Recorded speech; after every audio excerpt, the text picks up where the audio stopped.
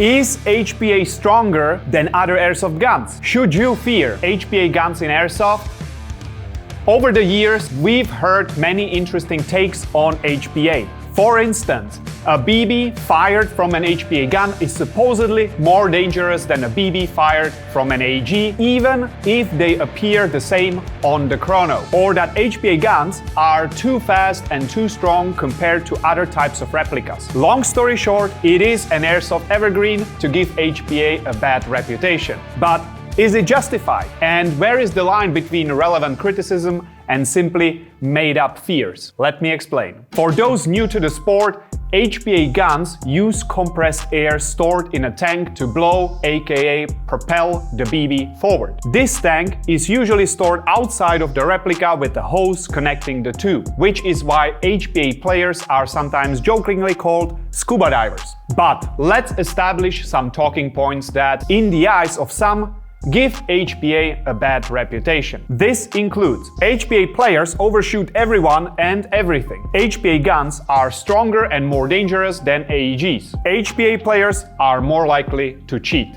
To start off, let's address the elephant in the room: overshooting. Many people think that HPA users tend to overshoot. While that can happen, it is important to notice the cause of the issue. By that, I mean HPA replicas alone won't overshoot anyone. It is the player who decides when to pull the trigger and potentially overshoot. To be fair, nowadays, fast trigger response and very high rate of fire can easily be achieved with an out-of-the-box AEG, especially when it comes in dual sector gear configuration, meaning 2 shots per 1 gear revolution. This all boils down to the field, who should check all replicas and oversee the game. One of the great tools to limit overshooting is limiting the rate of fire. Or, if the problem feels more severe, fields can also restrict short travel triggers. Long story short, overshooting is a problem related more to the field and the players there rather than HPA as a type of replica. But how is it with cheating and HPA? Stating the obvious. Cheating, when it comes to HPA, means changing the power of your gun after it has been cleared through a chrono check. We are not talking about cheaters who pretend that the BB did not hit them. For those, there is the Novrich clip cam.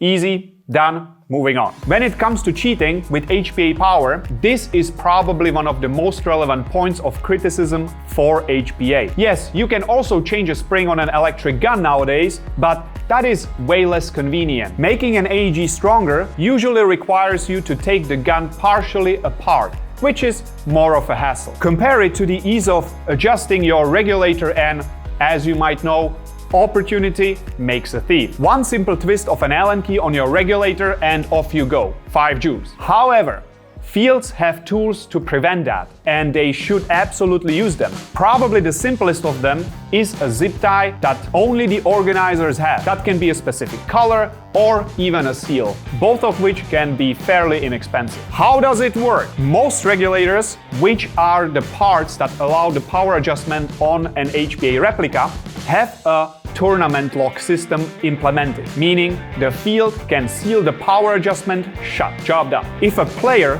breaks the seal, everyone can see it and notify the staff. When it comes to cheating, we should also briefly mention psychology. Knowing why a given player opted for HPA may be an indicator on whether there is a risk of cheating. To be specific, why does a person use HPA? If it's because it's more convenient for them, meaning simple operation, little to no maintenance, better flexibility for more field limits, etc., then this person is most likely never going to cheat. If, however, it's because the player wants to have the strongest gun out there, well, that might not be so ideal. Last but not least, are HPA replicas actually stronger than AEGs?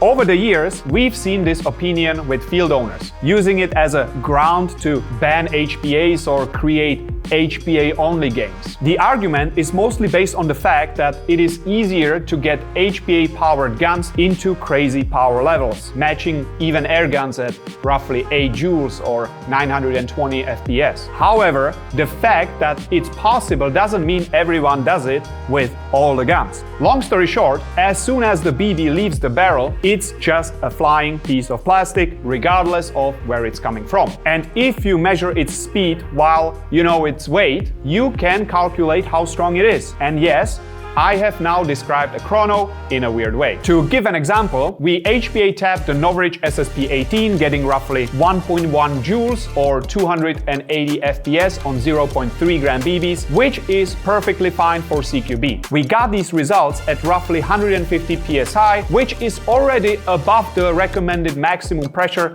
for such a build. So I guess don't try it at home. Anyways, next to it, we tested the SSR63A3 that has a 2 joule spring in it. And believe it or not, the AEG was indeed stronger than the HPA. Period. But that's not everything. We also seen field owners say that HPAs are more stronger, even if the given replica has the same muzzle energy as its AEG counterpart. Why? Supposedly because the BB speeds up quicker than with the continuous action of an AEG. According to experiments, this is also false. Back in 2005, a US-based physicist verified this with an experiment. He tested whether a BB can still accelerate after leaving the barrel, and the results were decisive. As soon as the BB leaves the barrel, it starts slowing down. In our world, that means two things. First, the BB is the fastest right when we usually measure it around the muzzle. And second, the BB has no memory effect that would allow it to know which replica fired it. You might ask, how is it that someone still has the feeling that HPA guns is more powerful than AEGs, even at the same power levels? In short, inertia. For those of you who missed physics classes playing tic-tac-toe, inertia means how much energy a BB keeps over distance. And a heavier BB, commonly used with HPAs, retains more energy than a lighter BB, typically used with AEGs. We had our chief scientist, Dr. ChatGPT, calculate the difference of impact energy after 20 meters. With extra inertia, the heavy BB has 63% more energy after that distance. That means more accuracy and stability. However, it does require fields to set a reasonable power limits for the muzzle energy to make sure it doesn't matter if the BB is heavier or not. Put plainly, if there is a joule limit combined with a minimum engagement distance for shorter rifles, it does not matter if players run AEGs, HPAs or manual guns. Realistically, besides the mentioned bad reputation, HPA has some real downsides, but those are mostly for the user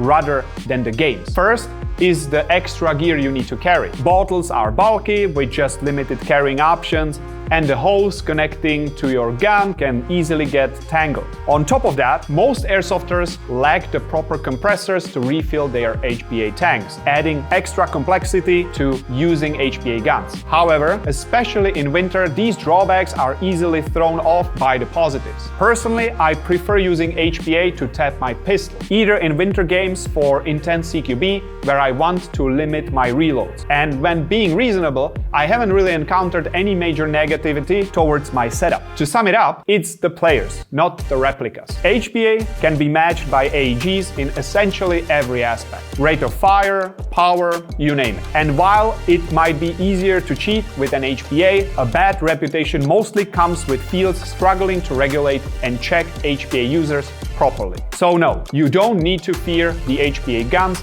if your field has a proper rules set up. But what's your opinion? Do you feel like HPA's reputation is well earned, or do you feel like it should be restricted? Let me know in the comments. I will see you in the next one.